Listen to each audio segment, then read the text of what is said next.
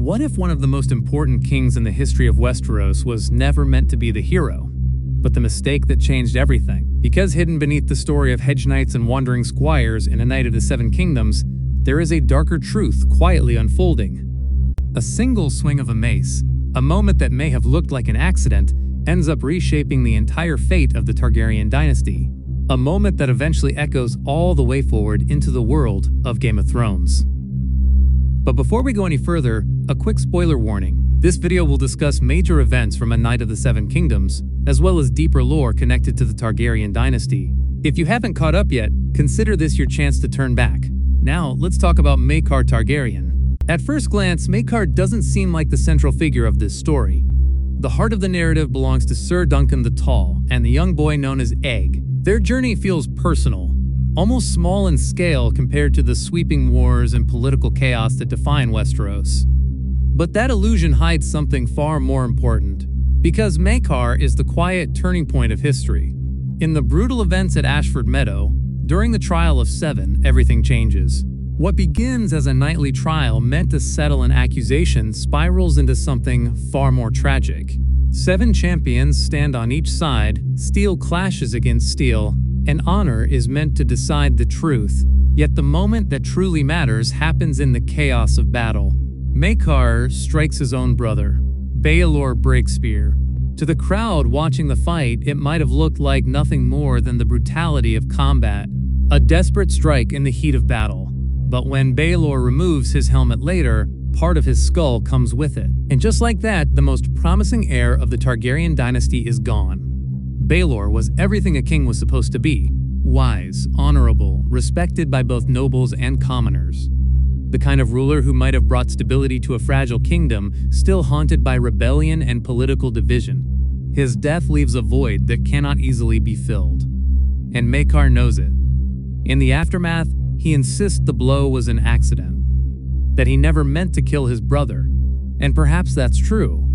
Perhaps in the chaos of the trial, the strike was simply unfortunate timing, steel meeting steel in the wrong way. But in Westeros, intent rarely matters as much as consequence.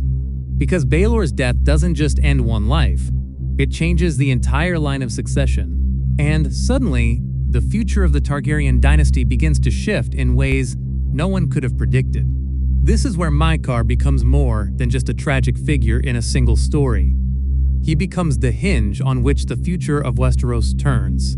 Without Baelor, the path to the Iron Throne grows uncertain. The royal family begins to fracture under the weight of its own tragedies, ambitions, and failures.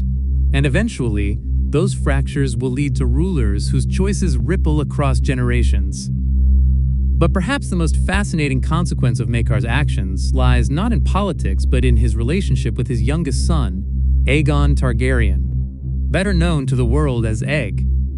When we first meet Egg in A Knight of the Seven Kingdoms, he doesn't look like a prince destined for greatness. He's a shaved-headed boy pretending to be a servant, traveling the roads with a hedge knight who barely understands the world of nobles and kings. And that is exactly what changes him. Maekar by nature is a hard man, stern, disciplined, shaped by the brutal expectations placed on Targaryen princes. His relationship with his sons is strained, distant, and almost cold. The kind of father who believes strength is built through hardship rather than compassion. That harshness leaves scars, but strangely, those scars may have created the greatest Targaryen king Westeros would ever see, because Egg's time traveling with Duncan the Tall exposes him to something princes rarely experience: the real world. He sees the struggles of common people.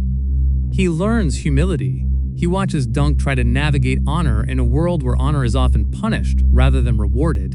And slowly, the boy who might have grown into another distant Targaryen prince begins to change. One day, that boy becomes King Aegon V, known to history as Aegon the Unlikely, a ruler who tries to reform the kingdom, who attempts to improve the lives of small folk who understand suffering in a way few kings ever could.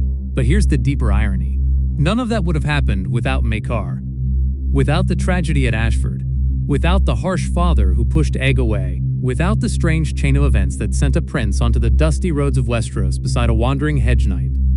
Sometimes history isn't shaped by heroes, it's shaped by mistakes. And Maekar's story doesn't end with Ashford Meadow.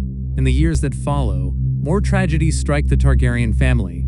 Kings die, successions shift, and eventually Maekar himself ascends to the Iron Throne as King Maekar I. Interestingly, his reign isn't remembered as disastrous. In fact, by many accounts, he rules competently during a difficult time in Westeros. The realm is still haunted by the aftermath of the Blackfire rebellions, and tensions simmer beneath the surface of noble politics. Maekar governs through it, but if his rule as king stabilizes the realm, his family life continues to unravel. His eldest sons die. Another son, Aerion, becomes infamous for his cruelty and madness. In one of the strangest and most disturbing moments in Targaryen history, Aerion drinks wildfire, believing it will transform him into a dragon. It kills him. And suddenly, the unlikely becomes inevitable. Egg, the wandering squire, becomes the heir. But even Maekar's own life ends in a way that feels almost symbolic. During the Peak Uprising, while leading an assault against a rebel castle, he is killed not by a legendary warrior or a heroic duel, but by a falling rock. A random, brutal, almost absurd death. Yet that moment clears the final obstacle standing between Egg and the Iron Throne. Aegon V rises to power, and from his bloodline will eventually come figures whose names echo through the world of Game of Thrones, including Daenerys Targaryen. So when we look back at Maekar, it's impossible to see him as a simple villain or antagonist.